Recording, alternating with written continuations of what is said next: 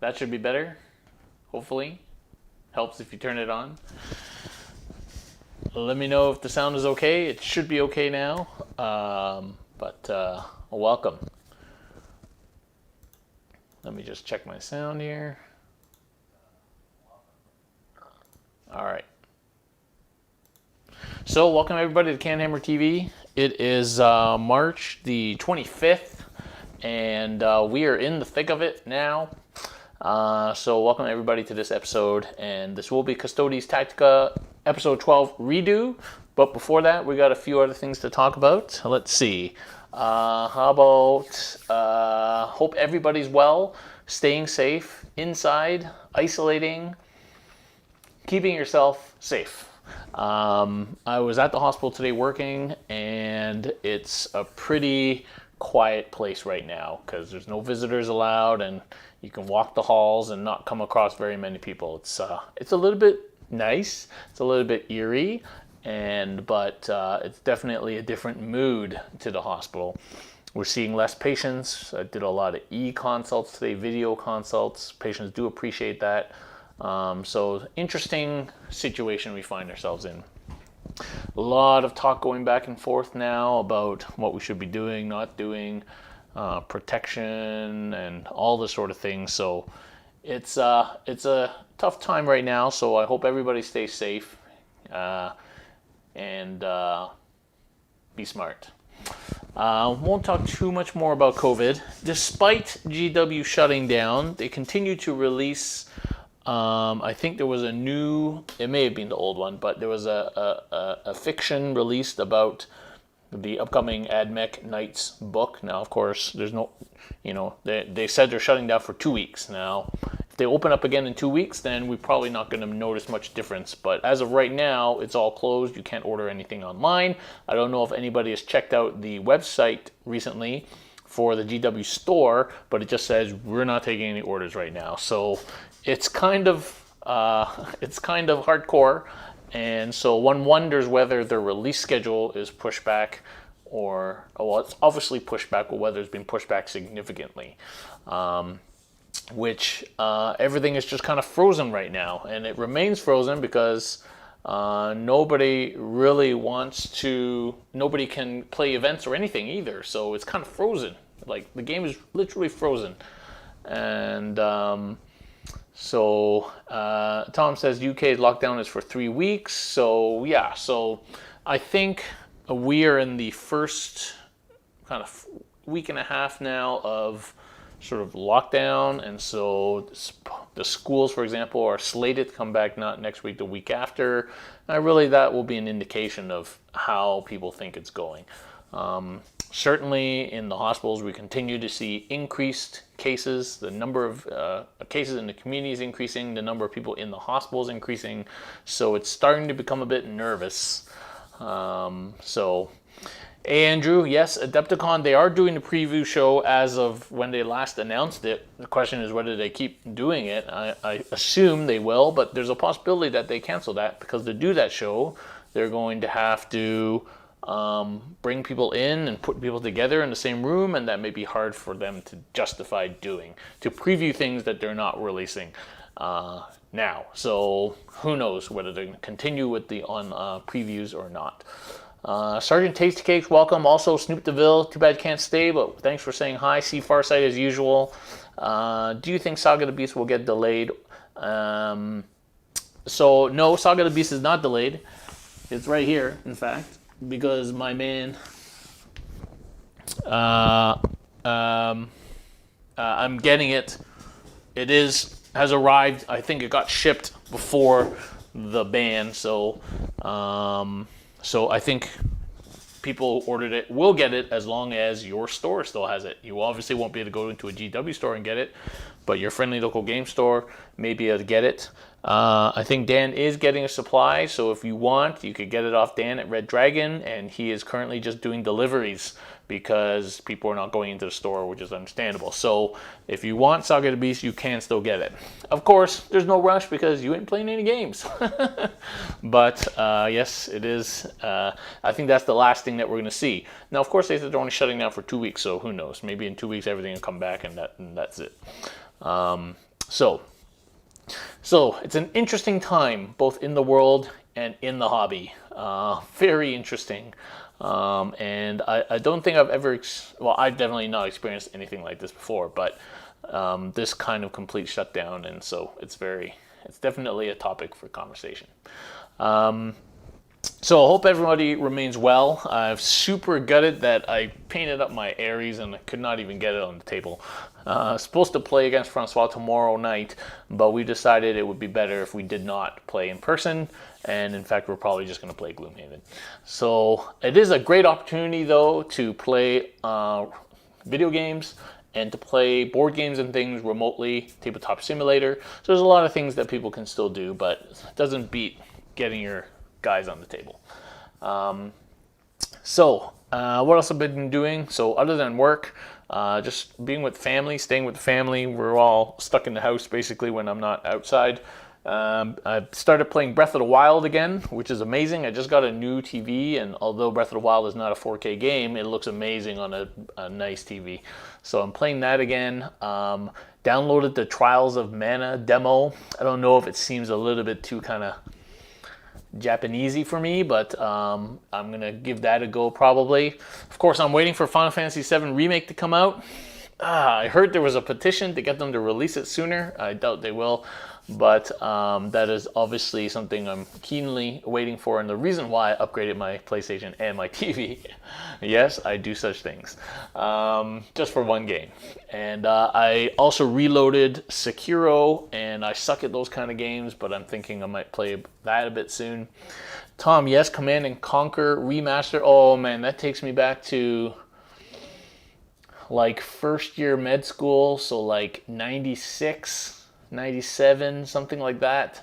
Playing Command and Conquer on my old crappy laptop that had the CD-ROM built in under the keyboard. You had to lift the keyboard to put the CD in, and you could cheese the AI by building walls of sandbags, so they would never destroy the sandbags, so you could take over the whole map by just slowly expanding your walls of sandbags.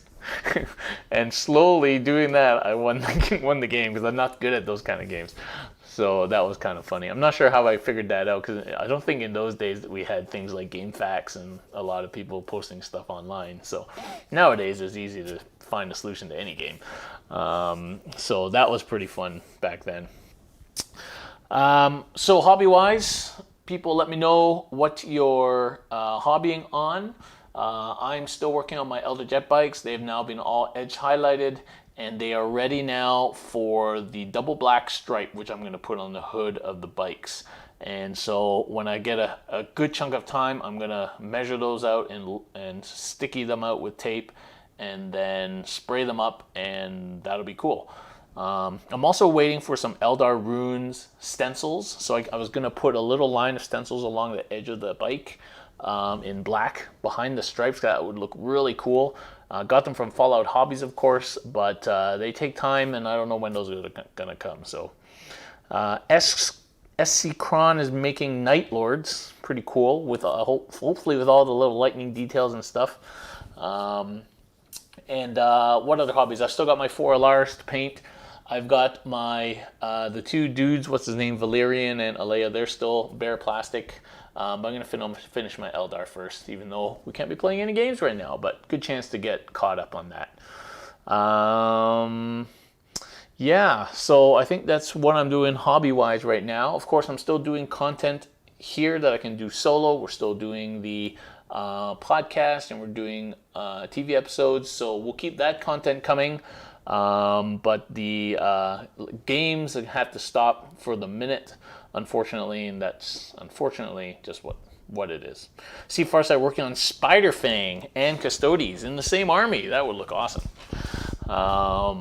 So yeah, that's good. So I'm glad I got the Ares done, and there's a big model done and dusted and out of the way.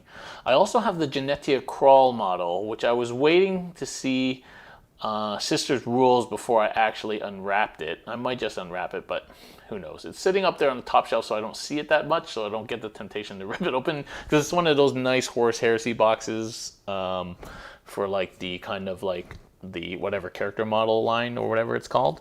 So it's pretty nice. So I don't know if I want to wreck it open just right now, but it's pretty cool. And that's about it right now for the hobby. Hope you all got your paints and inks and all these kind of things, supplies ready to go, because support your local game store. They're going to be struggling at this time.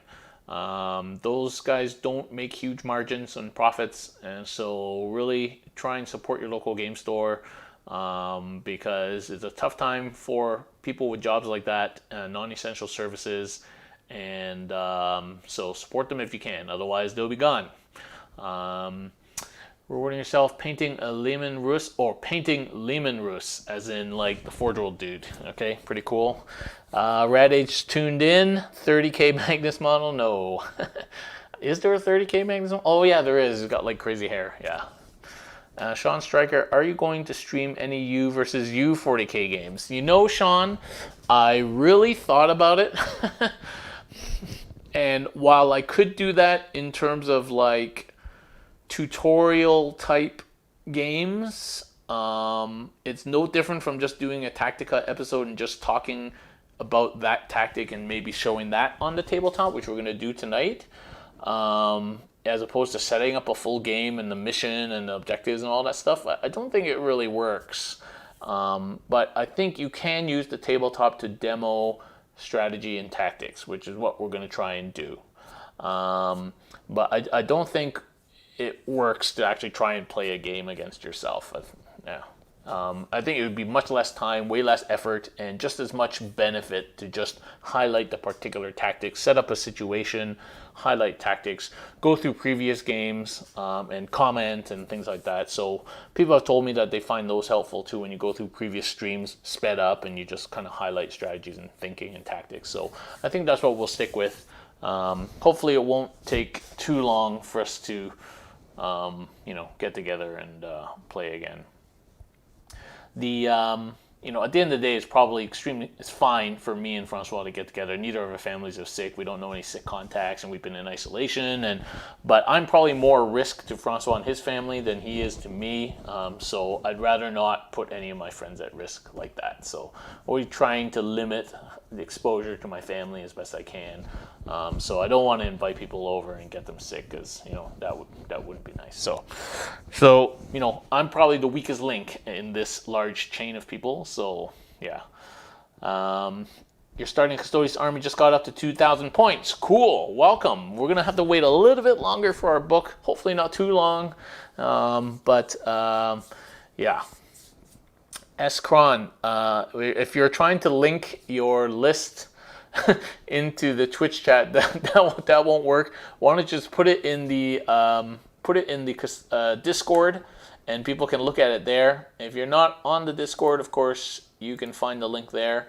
It's actually not just Custodes. I'll take that away, but I think that may be an expired link to our Discord. But you can definitely join our Discord, and there's lots of chat on the Discord all the time, and it's not all about coronavirus. So there you go. So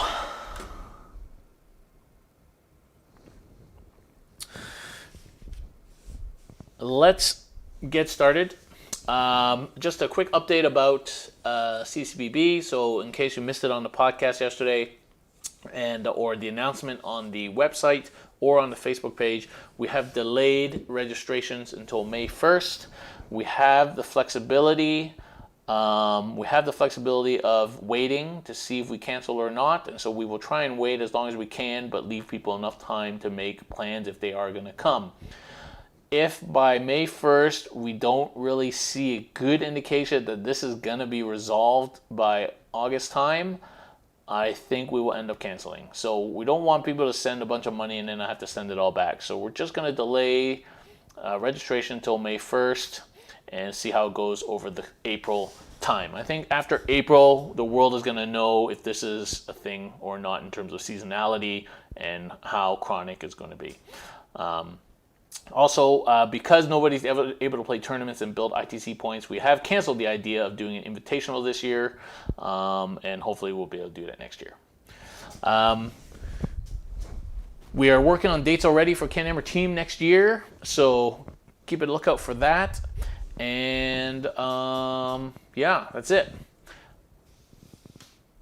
CCBB is in Ottawa, as usual, at the EY Center, Tom, and it is August 14th, 15th, 16th.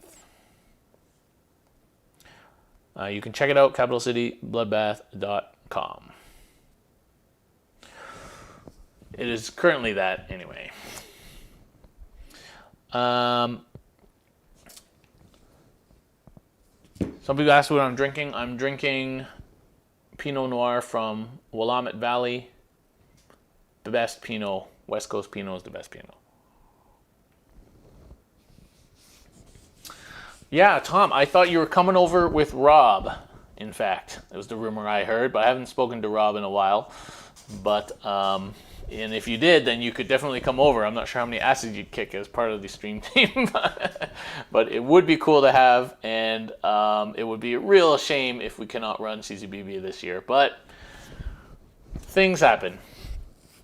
So, let's go on and talk about Tactica. So this is going to be episode 12. I already did this twice already, actually. One time I did it, and it was a while ago, a few months ago, and the audio cut out at the right moment, and so it wasn't that useful.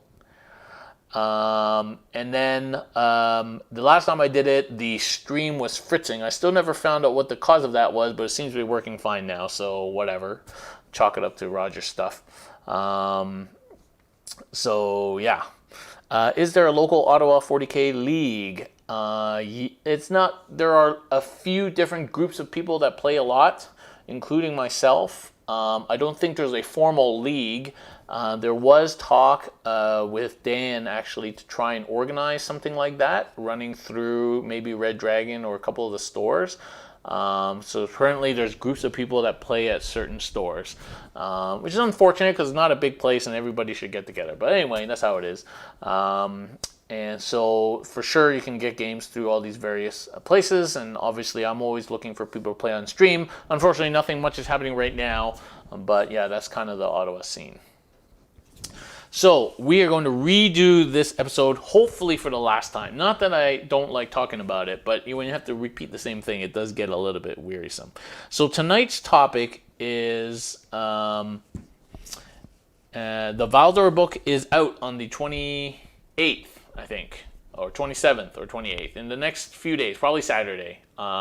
The reissue of the Valdor book, if you didn't catch it the first time because it was a limited edition, which I did not. So I'm super looking forward to that because I finished the first wall, which is the third book in the Horus Heresy, Siege of Terra. I finished the book that came with Valerian and Alea. So I'm literally out of fiction right now. So I need more fiction. Okay, so tonight's topic is Allarus Terminators, a quick chat about my Allarus Concept list, and then we're going to be talking, as requested, about Heroic Intervention. And Heroic Intervention, mostly specifically the Heroic Intervention Warlord trait and how to use that, but also Heroic Intervention with Allarus, because I think that that is super shenanigans. So those are the things we're going to talk about tonight. Just to make sure I don't get anything wrong, which I'm pretty sure I won't, but I'm going to pull up the codex here and make sure I have all the sheets in front of me. Where's the Allarus? Yeah, here we go. Okay. Ready. You have the next 2 Siege books. I'm not sure what you mean by that. If you actually somehow have them, then I would be very interested, as long as I don't get arrested or anything. Okay. Allarus Custodian. So one of the biggest questions we get asked now, both myself personally in messages as well as on the Discord, is why are we using Allarus now, whereas we did not use them before? Why have they suddenly become popular, or at least more usable, and why Allarus over Wardens? Because Wardens maybe seem to have dropped a little bit in popularity. And when I say dropped in popularity, we're talking a lot of people here, but generally we're not talking as much about Wardens now as we were before, and talking more about Allarus Terminators. There's a number of reasons for that. Previous points drops always plays a part. So the Allarus have gotten points drops, and so at some point, yeah, Tom, they're the terminators with the axes, although they can use spears. We're going to talk about that. At some point, when points change on things, and your text of time passing, meta moving on, other books being released, and your own points or rules changes, things can become good or bad over time. So you always got to go back and look at these units. And we don't have a lot of units, so it's not hard to just go back and say, they're still crap, and then move on. But a lot of times when there's shakeups in the meta or in the rules or FAQ or chapter approved, it's worth re-looking at things. And so that's one of the things that I did around the time when chapter approved came out, was looking at, are Allarus worth running now?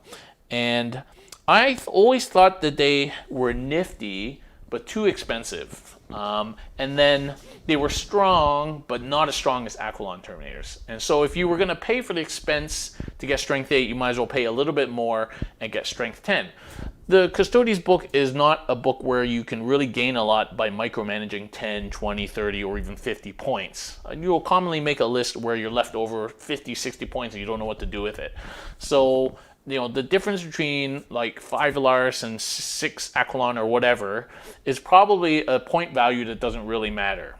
So, these days you're just throwing around Misericordias to make up extra points. So that's why when rules or points changes happen, it can really change, how things work.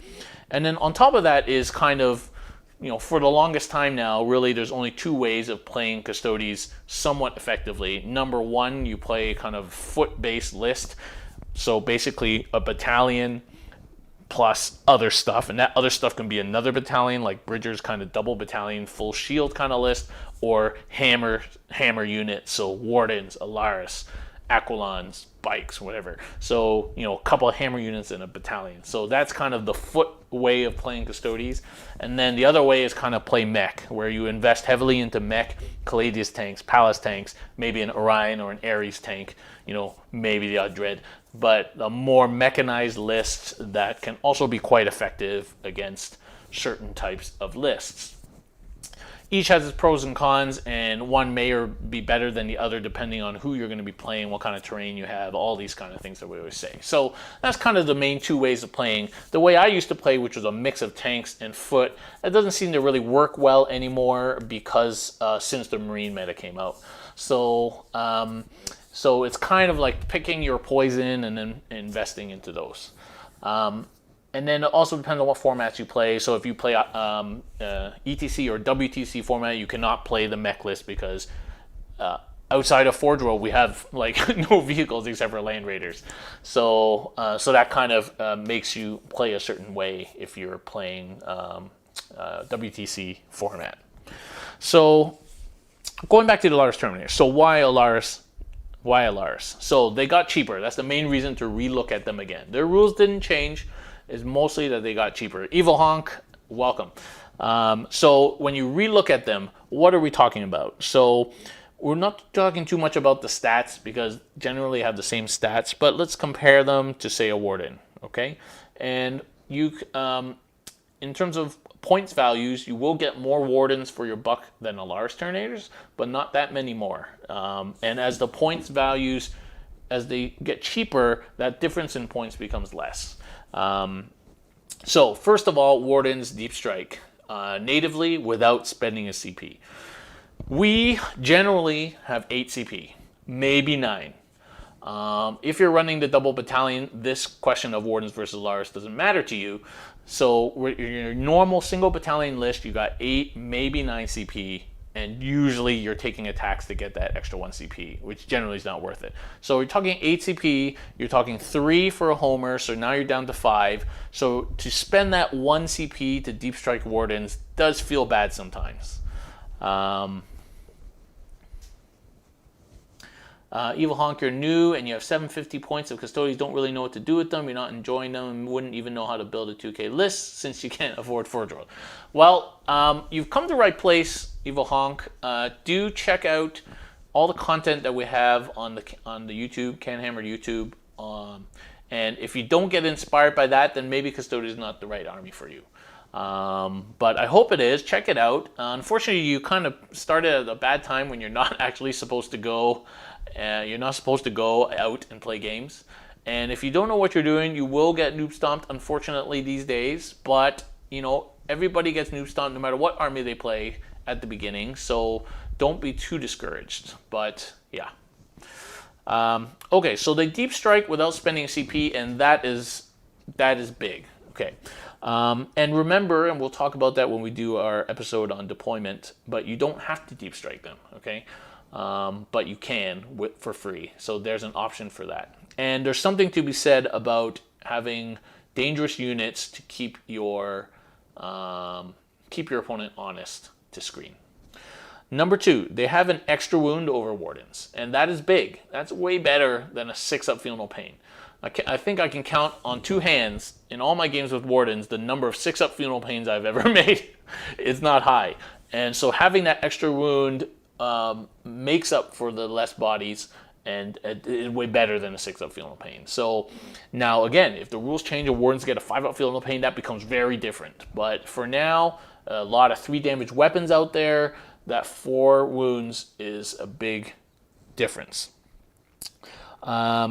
Extra guns. So they do have extra guns. Now, the Footless is not a shooting army, but the bit of shooting that you do have can be very key, picking off the last models and units, or finishing off a unit that you didn't kill last time.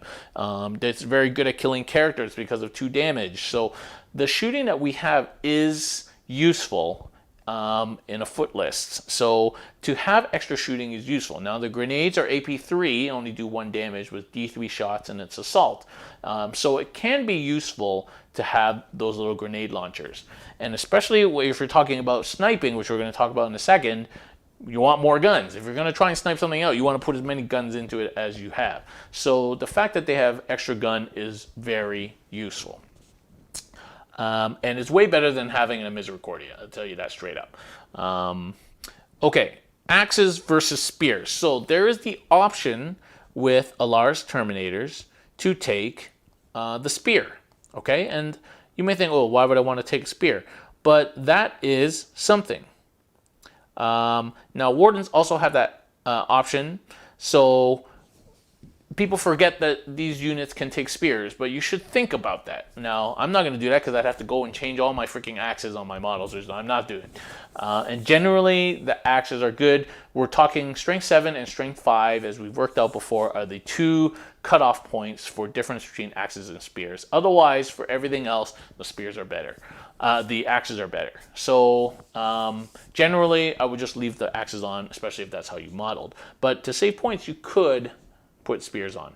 And +1 to wound is a really nice strat. But again, with all strats combined, Strength 7, Strength 5 are the only 2 toughnesses where the spears are better than axes. So it's kind of meta dependent.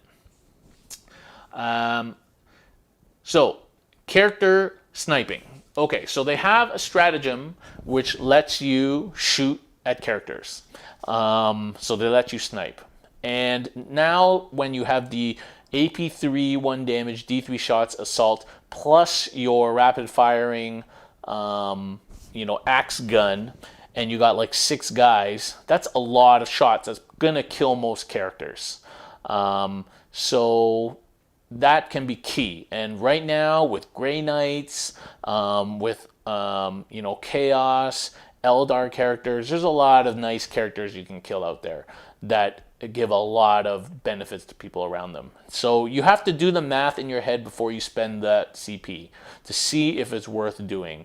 Generally, if you're going to do it, don't split your fire, put your whole unit into 1 character to make sure you get that kill. But that is a very utility thing that really gives Allarus. It's situational and it's utility, but it can really swing a game if you can kill a character. Don't just shoot random characters. Don't shoot a company commander that's just standing there. Don't shoot a Ministorum priest. But that might help you knock out the librarian who casts Null Zone. That might help you knock out the homunculus that has the Vexator mask that's going to make you attack last. Or the dude with the Belt of Rus that's going to make you attack last. It might snipe out these important characters. The apothecary that's giving feel no pains and healing people. So the full rerolls, or the captain. So you got to save it for when you really need it, but it can be very useful. Carl BC, welcome, welcome. So keep that in mind. It's a nice stratagem to have. Use it for slay the warlord. Sometimes people leave a single character just standing on a backfield objective that you can snipe off and get hold more or kill more. So you know, there's lots of things you can shoot, but don't just shoot everything. Okay.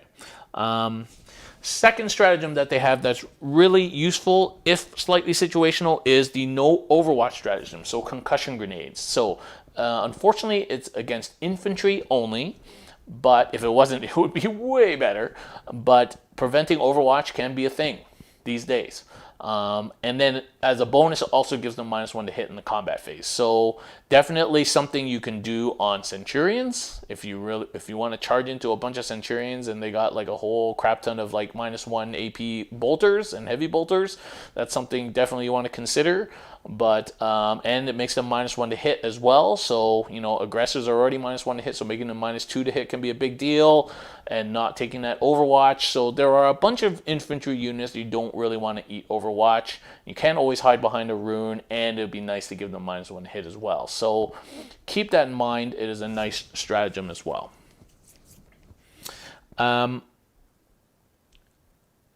Splitting. So, Unleash the Lions. Unleash the Lions is a stratagem whereby you turn your unit of Allarus into individual one-man units. This can be very useful in non-ITC formats, WTC, holding objectives, and you know, taking space, denial. You know, they're pretty strong in and of themselves, although they can be easily killed.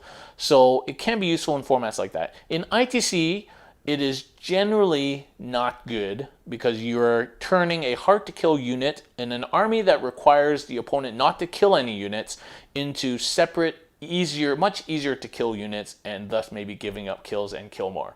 So in a denial-style army, you generally don't want to do that. However, if you got bottom of 6 and you need to hold 2 objectives and you have just 1 unit of Allarus, you could split them, if you still have the CP at the end of the game, that is, split them and get 2 objectives, and that might win you the game or get you hold more or whatever. So in certain circumstances, it can be quite good. Now, the new ITC missions, so you can't do that with engineers, Tom. I think it specifically says in the engineers unit, if the unit splits, then they lose their engineering ability. But the split does do a couple of things in new ITC. Number one, they start the game as a multi-model unit, so they are eligible for gangbusters. But then if you split them, they are no longer a multi-model unit at the time they are killed, and so they no longer give away gangbusters. So that is one of the little tricks in my Allarus Concept list, is my whole list seemingly gives up gangbusters, but actually it doesn't, if it's forced, if the person picks it. So that's one little trick. The other trick is that now you turn 1 unit into 4 units or 5 units or 6 units, depending on the size of your original unit. And so now you can double tap, recon, king of the hill, things like that. So that's another little nifty trick that makes scoring those objectives slightly easier. So this can be again, really clutch stratagem if used at the right time, and really screw you if you use it at the wrong time. So keep that in mind. Also, 2 CP is a little bit steep, but you know, what can you do? So that's a pile of things coming up that makes Allarus better than Wardens. And there's not a lot on the other side that makes Wardens better than Allarus, other than the fact that they are slightly cheaper and they get a crappy dagger. And then the final thing which we're going to talk about coming up is their movement shenanigans. So their ability to pile in and consolidate towards the closest character instead of the closest model is huge. Huge. So, and we're going to talk about that. I won't talk too much about it right now. So, for all these reasons, I think Allarus are cool. So, my current Allarus concept list is pretty simple. It's just a battalion of Guardians with one, I think it's 6 or 7 man. It's pinned on the Discord channel, but 6 or 7 Guardians with a couple of shields. So there's a Guardian bomb there. Don't really use them as a bomb. And then there is a 6-man Allarus unit and a 4-man Allarus unit. And the reason I chose that rather than 5 and 5 is because I wanted one stronger hammer unit and one smaller utility unit. And I still have the option, if the opponent picks Gangbuster, of splitting both units. And then also I have 4 is easier to deep strike and keep the opponent honest, and 6 is enough to kill many things. So that's why I got the 6-4 split of my 10 Allarus rather than a 5-5. And that's basically the list, and 2 banners. So I have the +1 attack banner and the -1 hit banner. Valoris and Shield Captain, usual stuff. So that's my Allarus concept list, basically. It's all about denial, but still having a couple of hitty bombs and a utilitarian sort of 4-man Terminator unit. And in the few games I played with it, it's pretty good. Unfortunately, I can't play any more games. Can I compare them to jet bikes? It's hard to compare foot guys to bikes. You're talking a way different point values. You're talking a huge mobility difference. And yeah. The problem with bikes is right now is a couple things. The only thing they really have going for them is mobility. And yes, that is big. But that is the only thing going for them. Their Hurricane Bolters don't do much to most things these days. Unless Horde comes back in a big way, not that helpful. They and the other gun is crappy. They hit well in combat, but not against T7, T8, which there's a lot of these days. They need that reroll, and rerolling 5s is not that great. And then they're 90 points for the same number of wounds. That extra toughness T5 to T6 is usually not anything. So you're really paying for that. And then they can only reroll wounds on the charge, and good opponents generally don't allow you to charge what you want to charge very often. And if they get stuck in the combat without the reroll wound, they then don't hardly kill anything. Like, I can't even kill freaking company commanders. So, you know, and the fact that you're so fast tempts you to play more aggressively, which you can try and fight against, obviously, but most people use their bikes too aggressively, and then they just die, and you spend a crap ton of points on them. And they're harder to hide. And the big thing is, despite their mobility, they are bikes, so they cannot go through ruins. And so they spend a whole turn dancing around the ruins, and so that negates their mobility to a certain extent. So I found that a lot when I used to play my 5-man bike unit with my mixed list. It was always delayed a turn because I couldn't go through the ruins, so I had to stand back and then wait, and then the next turn move up and then charge in. So it was always ended up being delayed a turn by the inability to go through ruins. And infantry keyword is strong. So for those various reasons, and they don't have any strats that kind of make them really good. Stooping dive is the thing that most people know about now. It's not that useful, or they make you do it because they know you're not going to do much and you're going to spend all your CP on it. It's just, the bikes are just lacking something. If they could fall back and charge, or if they could advance and charge, like, they're just missing one strat to bring them back to the forefront for 90 points, or a decent points reduction. And to this day, with 2 passes now, chapter approved, just GW is not budging on the price of bikes. So yeah, so that's my thoughts on bikes versus kind of foot things. So cool. Okay. So the people, if they have more questions about Allarus or the Allarus concept list, please post it now. We will transition now to talking about the overhead. We're going to the overhead camera, and we're going to talk about heroic intervention. Yeah, I mean, Stooping Dive was great when nobody played Custodes and it first came out, and everyone's like, whoa, what the hell did you just do? But now it's just kind of usually a temptation to waste 3 CP. And 3 CP is a lot, and we already got to spend 3 CP on a homer, so it's tough. With the new updated Allarus list, how would we deal with flyers? So, flyers is tough. we were never good at dealing with flyers, even at the best of times. A single smash captain, shield captain is not great necessarily at dealing flyers. You can only deal with one flyer per turn, and then he dies because he usually has to go out on a limb to do that. Salvo launcher is just not good right now. You might get lucky and put a decent number of wounds on something with a salvo launcher, but unless you're going to stack up on a bunch of salvo launchers, just one dude with a salvo launcher, not a great plan against flyers. Now, luckily, I mean, the meta's frozen right now, but the Boogeyman flyer list has not been a big deal, and generally we can survive a couple of flyers, especially if we wrap. And so, you know, it would go back to wrapping, right? Staying safe. But so the old 7 flyer list is not as big a deal right now, it seems. But yeah, we don't have good answers for flyers, and that's just something that we lack in the army in general. The mech list can deal with flyers because there's so much hitting on 2s output there that even a couple of minuses doesn't, you know, you do enough damage. So mech list would be okay against flyers, and the flyers will struggle to kill all that mech. Okay, so Champion of the Imperium is a warlord trait that allows units within 12 inches to heroically intervene. Now, this is a 12 inches is a big aura. It's 24-inch diameter. That's a big aura. So I actually played it for so long as 6-inch because I just assumed it was the same as the Vexilla aura, but it's not. It's a 12-inch aura, so that's huge. My warlord is almost always my Vexilla. And when I have 2 Vexilla, I make it the +1 attack one because he's the guy who is going to stay up in the front line and give +1 attack. So he's the natural guy to be the warlord as well. But it probably doesn't matter in the long run. But I use that warlord trait almost exclusively because it's just too good with the movement shenanigans. Most people forget about heroic intervention in the course of a game, even good players. And they forget that you can do that just with characters in general, and they definitely forget you can do that with all your bikes and infantry, even if you told them. So it is a little bit of a gotcha, but not because you didn't tell people, it's because they forgot.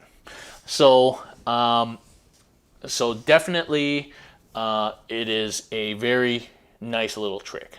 Now, there is arguments online as to how you move, how you do it. So the way that I've been told it works and the way that we rule it at our events and the way that other people have been playing it, as far as I can tell, is that if you have a unit of 6 guys, they can each heroically intervene as if they were a character.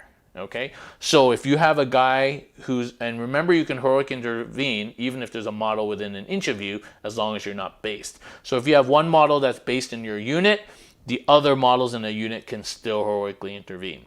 Now, unfortunately, the heroic intervention rule says nothing about units because it's intended to only work for single model characters. So it's probably something they need to FAQ. But you know, the other argument is that one unit is based, so the other models can't move, but that doesn't make any sense. Because under normal circumstances, one model is based, you would still be able to pile in with the other models. So anyway, so at the moment, what it allows you to do is basically in your opponent's charge phase, get 3 inches of free movement. And then another 3 inches from pile-in and another 3 inches from consolidate. So that's an extra 9 inches of movement. If you just take that warlord trait just for extra 9 inches of movement in your opponent's turn, that is huge. It is huge. And then you throw into the fact that it was probably unexpected. You're probably going to kill what you intervened into, and then that might swing you in terms of kill more, that might swing you in terms of getting that objective they were trying to stay on. They might swing you all sorts of ways because it's unexpected. So, and then you throw on top of that the Allarus' ability to pile in and consolidate towards characters and not towards the nearest model. It now becomes a super cool shenanigan. So that's what we're going to talk about, really. Heroic intervention can be used defensively as well. So if you have this would probably never happen to a Custodes player, but if somebody's trying to wrap you, you can heroically intervene to stop a model in that unit from moving, and that often screws up a wrap. But as I say, most people are not trying to wrap a Custodes unit. It's fairly hard to do that. So you know, you can use heroic intervention defensively.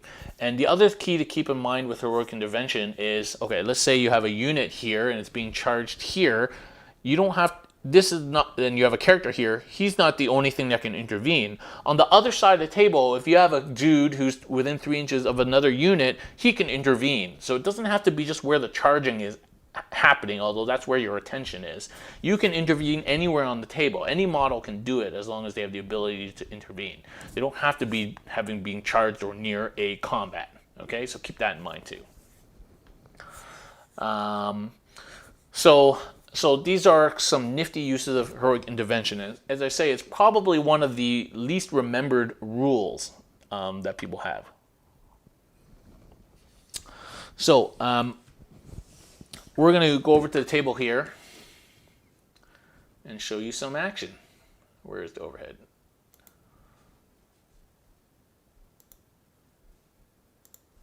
Okay, so here's our tabletop here. Okay, we're going to do this kind of action here to start with. So here's a situation where heroic intervention can be quite nice. Okay. So here's our Allarus Terminator unit, okay? The Vexilla is back here, okay? And then we've got a bunch of guardsmen here. We've got another bunch of guardsmen here. And just for illustrative purposes, we have a tank here, we have a priest here, and we have a psyker here. So 2 characters, okay? So this is a situation that doesn't happen too uncommonly. So you're fighting over this objective. Usually it's the center, but it can be any. And you made your charge and you kill some guardsmen, okay? But they survive with like 4 guys left, okay? And it's their turn. They want to stay on this objective because that would give them hold more and maybe the bonus. And so they kind of just do that, okay? They get out of combat, but they stay on the objective. Or sometimes it's even this. You're closer, but they're just staying within 3, just like that, to stay on the objective, okay? And they're banking on that for their hold more, for their bonus. And they're really banking on that. So what do you do in your turn? You just, in their charge phase, you heroically intervene and you wipe that unit. Okay? Now all of a sudden they don't hold that. You might get hold more, and you don't get the bonuses your turn, but you stop them getting bonus. So you just stop them from getting 2 points just by doing that, as well as getting extra 3, 6, 9 inches of movement. So that is super good. Okay. Don't forget. Okay, let's see some other uses of Allarus and heroic intervention. Let me get my little tape measure here. Okay, so the Allarus Terminators' turn. What they want to do is kill these guardsmen, kill most of these guardsmen, and get and tie up this psyker there. Okay? So you're thinking, well, how's that going to happen? Well, it's not that difficult, actually. So let's say you roll a decent charge.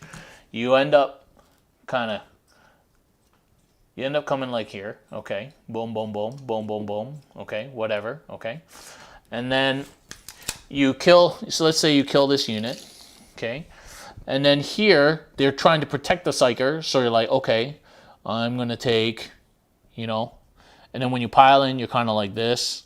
You know, and then when you kill some things, you know, they end up taking away some casualties, and they think, okay, if they leave this guy there, okay, like you can't get to the psyker because you got to go towards the closest model. But lo and behold, we have our special ability here, which lets you do that. Now, I'm going to just put these guys back here for a second.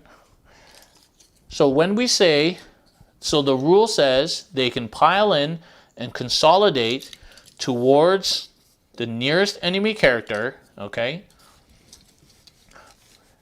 But they have to end up within 1 inch of a model, enemy model.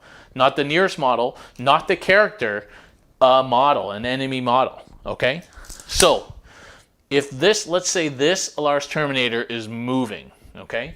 The nearest character is this dude over here, okay? That means he can basically move anywhere in like this arc, okay? Because he'll be moving closer to that model. He can literally move this way, and he's a micron closer to that character, okay? He just has to end up within an inch here. So you have to remember that gives you great latitude. Now, the further away the character is, the more latitude you have. If this character is right here, then you still have some latitude, but maybe not as much, especially for the guys who are closer to the character, but then that probably doesn't matter. So, you know, let's say that this guy was the closest character, okay? I can basically move however I want, okay? As long as I'm moving a micron in this direction, I'm going to be closer mathematically to that character. So I can basically move any way I want except for backwards, okay? So you got to keep that in mind. So if we're doing like this unit of guardsmen here, okay, and our Allarus have made a charge in here, okay? Okay, and let's say our character's way over there, okay? And we want to touch this tank, okay? But we end up like this, okay? We end up like that. But we want to end up, you know, at the end of our consolidation, touching this tank, okay? Now, normally, let's say these guardsmen die here, okay? Normally, if you consolidate now, this model here, which is your dude who needed to touch this tank, he can only go this way because that guardsman is the closest model. But because there's a character here, right here, as long as I move in this direction, I'm going to be closer to this character, so I can actually consolidate this way, okay? I've now moved closer to that character, and I'm within 1 inch of an enemy model, okay? And obviously these guys pile around, okay? And that's it. So it has allowed you to do movements that you would not legally otherwise be able to do. And this just takes practice to use. You have to constantly be thinking about it when you do your charge, your pile-ins and your consolidates. Where's the nearest character? Where's the nearest character? You should even think about it when you're doing your charge move, because where you end up at the end of your charge moves will then determine where you can go in your pile-in and your consolidate, or when you do your heroic. Okay, so you got to think ahead a few steps, and where's that nearest character? What kind of shenanigans can I do? What is the goal of this charge other than to kill things? Okay, so that is really key. The other thing is sometimes it seems like, okay, so we're making a charge here, okay, into these guardsmen, okay, and what we're trying to do is like, you know, wrap. You know, sometimes you need, like in that game versus Jean, you know, the character can block your ability to wrap. Say, okay, so this is a situation that I had in the game with Jean. So we had, like, let's say this is a character here, 3 characters here, and we're trying to end up kill this near character and wrap this far character.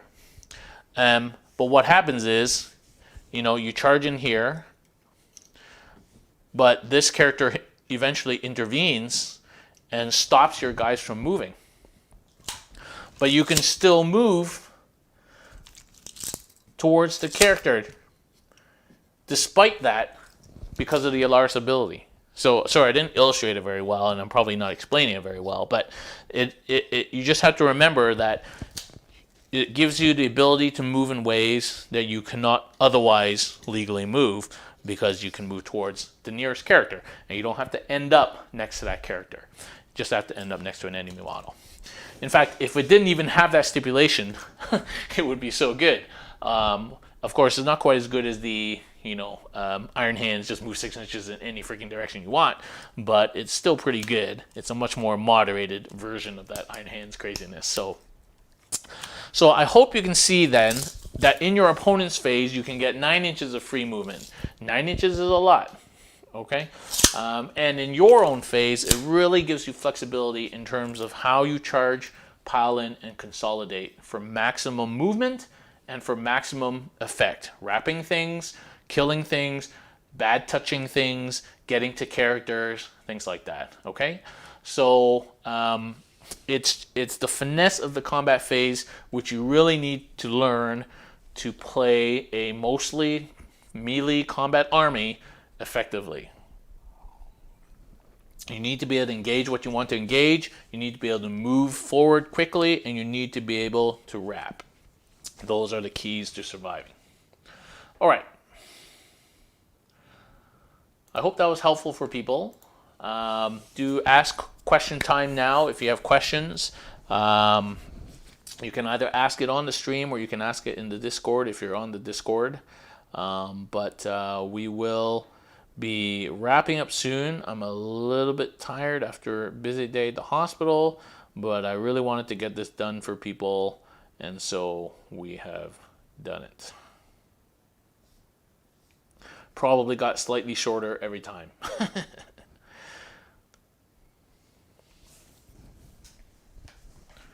Clear as mud. No questions. Good. So, if you're looking for something to do and you have an opponent to play during this crazy time, grab your Allarus off the shelf, give them a chance. I think you'll be surprised by what they can do. And not only that, but they're pretty cool models. And they actually look like Terminators, which is cool. Maybe one of the best Terminators in the game, although every book that comes out makes their Terminators pretty good too. So I hope that's helpful for people. And do let me know either in the chat or join our Discord. I'll put it back up here. Join our Discord and let me know if there are other topics you want me to cover. I've already had requested a video on deployment. So lots of things to talk about in deployment. How to deploy, how to castle, when to break the castle, and then going first, going second, auras, and then also talking about when to deep strike, when not to deep strike. So that's a nice episode we can do all about deployment. And then I also got asked to do an episode on, hang on a second, I wrote it all down. Covering characters. So that was an interesting one. So how do you push up your army and keep your characters protected? Specifically, fast-moving characters like shield captains on bikes being protected by slower-moving troops, or trying to get your Vexilla up into position, yet not putting him out in front, obviously, when you're still trying to hide.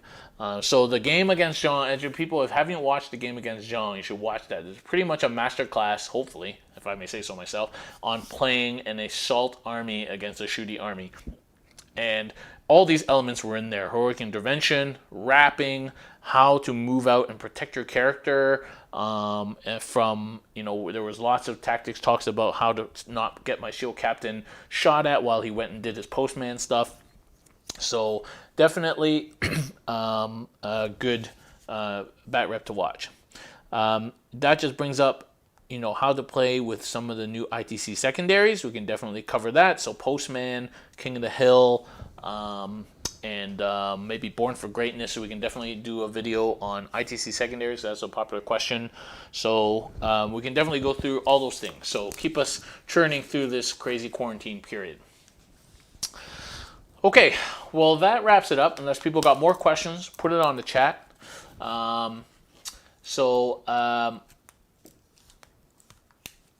Yeah. I actually have a whole bunch of books to give away, but right now I don't want to go to the post office.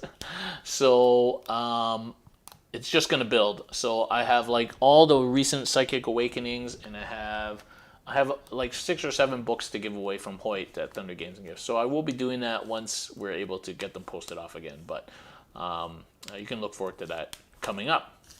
And that's it. So I want everybody to stay safe. Stay away from everybody, stay at home, work from home if you can, support your local friendly game stores, support your local businesses in general, and stay safe, support your healthcare professionals, and try and stay healthy. Okay, thanks everybody. Good night.